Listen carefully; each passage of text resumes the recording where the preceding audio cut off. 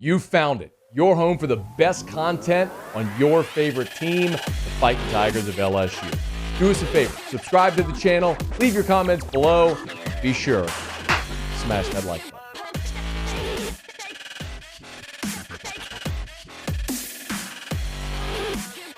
I got a chance actually to visit with Delly when he was in town several weeks back. Turns out he was working on a feature piece on Brian Kelly, which published today at Sports Illustrated. Read it over at si.com. Love the graphic, by the way. Let's Dance was the SI graphic associated with Brian Kelly doing the Uma Thurman dance. Delly, thanks for the time. How are you? Good, Matt. How you doing? I'm doing really well, thanks. So how long did it take you to put this feature together on Brian Kelly? No, actually, not too long. It took longer to get it published. I'll say that. Okay. It was poor timing. We had March Madness, and you just don't want to drop a story, on Sweet 16 or Final Four week. And so we waited, and then we had the Masters. So we waited. So we this thing's been sitting in the hopper for about 3 weeks. It took me like a week or so, maybe 4 or 5 days or so to do it. I was in town for a day. Got to spend about 3 to 4 hours inside the facility at LSU. It was weird, I have to say. Right? I was a beat writer there for 5 years. I saw Les Miles in that office. I saw Ed Orgeron in that office. And now it was Brian Kelly in that office, and it was just different, And so anyway, I spent a day there, and then a couple of days reporting, making calls, and then a couple of days writing. But it was a good trip, and like I said, just the big thing that stuck out at me in my visit is just how kind of weird it was, just to be in a football facility where I literally knew no one. Right? Everybody cleaned house completely. So I think the only one I knew was Greg Stringfellow down in equipment in Yael, Brian Kelly's secretary. Yeah. You mentioned that you've seen 3. I didn't actually intend to go that way, but sometimes an answer will lead to the next question. But so you mentioned that you've seen 3 coaches there. It was weird, but what were some of the most noticeable differences in not only just like physical, like, right? They took down all the one team, one heartbeat stuff. That, of course, goes without saying. But, like, what else was different being in there? I don't know. It probably didn't happen while I was in there, but I was told stories of some things inside the building. And let me paint a little picture for your audience that probably doesn't know a little bit about the LSU Football Operations Building, right? And what things have been done in the building previously. And I can remember, club ops, as they used to call it, in the team room at the LSU Football Operations Building. And club ops is where before a team meeting, they turn off the lights in the team room, and they had strobe lights and loud music, and people would dance and stuff like that. Let me just tell you, that ain't happening, I don't think, with Brian Kelly. Okay, so that's the first change. There's some stories that I've heard, and I think I wrote about a little bit about this, of players walking around, playing loud music or whatever, and they were told, stop it, turn it down. Like, I talked to Brian about that, because I'd heard those things before I went in, that he was more strict, it was more business-like. And Brian is like a business guy. He's very different from Les Miles. He's very different from Ed Orgeron. Those 2 coaches, were more football coaches, right? They they embodied a football coach. Brian was a former political aide in Washington, D.C., so he's from Boston. So he's very different, and he's a little more probably organized and structured, right? And treats it more like a business. And so you just got that feeling from the building. You just got that feeling from the building. Did you know Brian Kelly before you met with him at his office? I had interviewed him a couple times during the pandemic. It was like on Zoom or maybe a phone call, but so not really, not a very close relationship or anything like that. So, you obviously know LSU very well, and people have. And this was a big part of the feature that you wrote about, but people have talked about the fit, right? All the things you mentioned. You know this place well. What do you think? Like, what do you think about Brian Kelly being here? Well, it's weird, yeah, right. It's an unusual marriage, and it's not just because hey, you didn't get somebody from the South, you didn't get rah football coach like you've had in the past. You look at Brian Kelly's career in its coaching career, and I believe this is correct. It's never been outside of the Midwest. He's never worked outside of the Midwest. And he is, from Boston, and you see his style. He's actually a really funny guy. He's very dry, though. It's a very dry humor that you might not even get some of his jokes, right? Because the way we've experienced that already. They come out right, yes, and so he's just different from the people down there.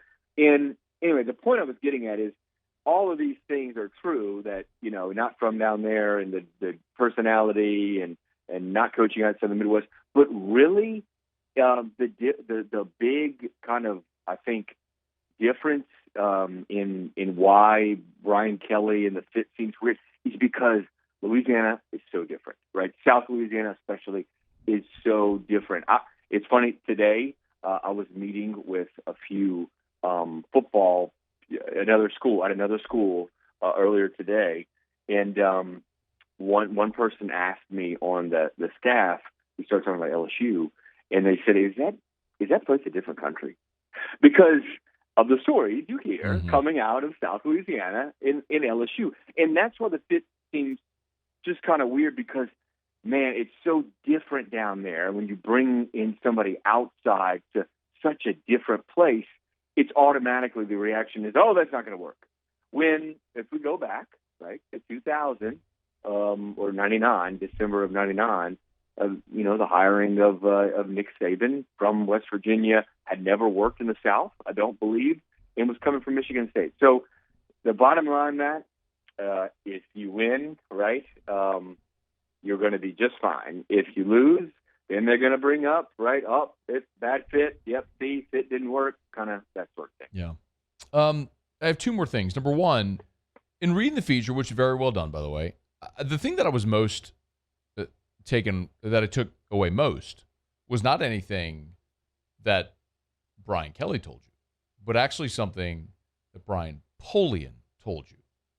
And specifically talking about facilities, where he said, I'm paraphrasing, I don't have the quote right in front of me, but something along the lines of, we thought what we had at Notre Dame was really good until we got here and were blown away. How much did you have the same reaction there? And is that sort of the is that like sort of the biggest difference, the lure, the thing that really got Brian Kelly out of South Bend? Because that's the biggest. The people in South Bend, Ross, don't seem to understand the giant chasm between what college football is like here and what it is like there. Yeah. That my ears definitely perked up when Brian Polian said that. Right, it was like, oh well, don't usually hear honesty quite like that. But I've visited Notre Dame up there. I've seen the facilities. It's an incredibly beautiful place. The campus, like the campus and the buildings are unbelievable. The history, it's so great. It really is. But they just don't quite have the resources. That's not to say in 5 years or 3 years or whatever that they'll have it, but right now they just don't have some of the things probably that LSU, not just LSU, but half or more than half of the SEC does. They just don't. But what really stuck out to me though, And the facilities is one thing, and that is a big thing, the resources. But man, I can't reinforce enough. I wrote about it a lot. The academic issue at Notre Dame, right? It's more stringent there. There are restrictions. In talking to a couple of really close friends of Brian Kelly, Brian didn't really say it himself, but I got his friends to basically say it. One of them was basically like, yeah, he was frustrated by the academics, and it was kind of like a last straw. And you pile these things on top, right? The resources, the contract, right? He's 90% guaranteed $100 million. So let's not forget that, of course. And then you have the academics, and then you have playing in the SEC, and then and all these things piled on top. And I think at the end he just couldn't turn it down. He just couldn't turn it down. All right, last thing. You wrote a lot. You obviously, there's always stuff that ends up on like the cutting room floor that just doesn't make it, whatever. Is there anything that was maybe a big overarching takeaway from the entire process of not only writing this and talking to Brian Kelly, but all of the other people associated with and doing this piece? Man, yeah, there is some stuff that I left on the floor. And it involved the previous coach. It involved, and I think Brian Kelly had a quote in there, so I left it in, but it said, and this is the fifth, I think, different job Brian Kelly has taken over, fifth different school that Brian Kelly has taken over at as head coach, and he said that LSU was the worst organizationally that he's ever seen. So, that gives you a little bit of a window into the situation at LSU. But there were some other things. There was a lot of comparisons made between the two coaches, Ed Orgeron and Brian Kelly, and how opposite and different they were, and how Scott Woodward went out in. And look, I mean, there were probably other candidates in the pool. We all know about that. But that ultimately, in the end, he got a guy that was quite the opposite from his previous coach. Whether that was intended or not, it probably was intended, but he got quite the opposite. And I want to add one more thing, and I didn't get into it real deeply. Everybody I talked to for this story, especially around LSU, pointed at Nick Saban, of course, right? He's organized, he's structured, he's poised, he's got the Nick Saban, and everybody just wanted to compare that. And I'll tell you, knowing Scott Woodward, I know that Scott was out to try to find that person, because Scott and Nick Saban are really close. They go back to LSU. Matt, I know they go back to when Saban was at LSU, and Scott was the legislative liaison, whatever his position was there at LSU with Mark Emmert. And he and Saban are pretty close, I think, still. And he knows how Saban does it, how he runs his program. And, Brian kind of, in a way, has that. Again, like earlier I said, he's not that rah-rah football guy of LSU's last two coaches. He is more of the businessman. And so a lot of that didn't fit in the story, but a lot of comparisons to Nick Saban, and a lot of how different, right, the last coach and the current coach is. You can read it. It's up now at SI.com. Brian Kelly, LSU, and a $100 million gamble. Ross Dellenger of SI. Y'all follow him on Twitter at Ross Dellenger. We appreciate it, man. Thanks as always. All right. Thanks. Hey, thanks so much for watching. Please leave your comments. I love to interact. And be sure to hit the red subscribe button below.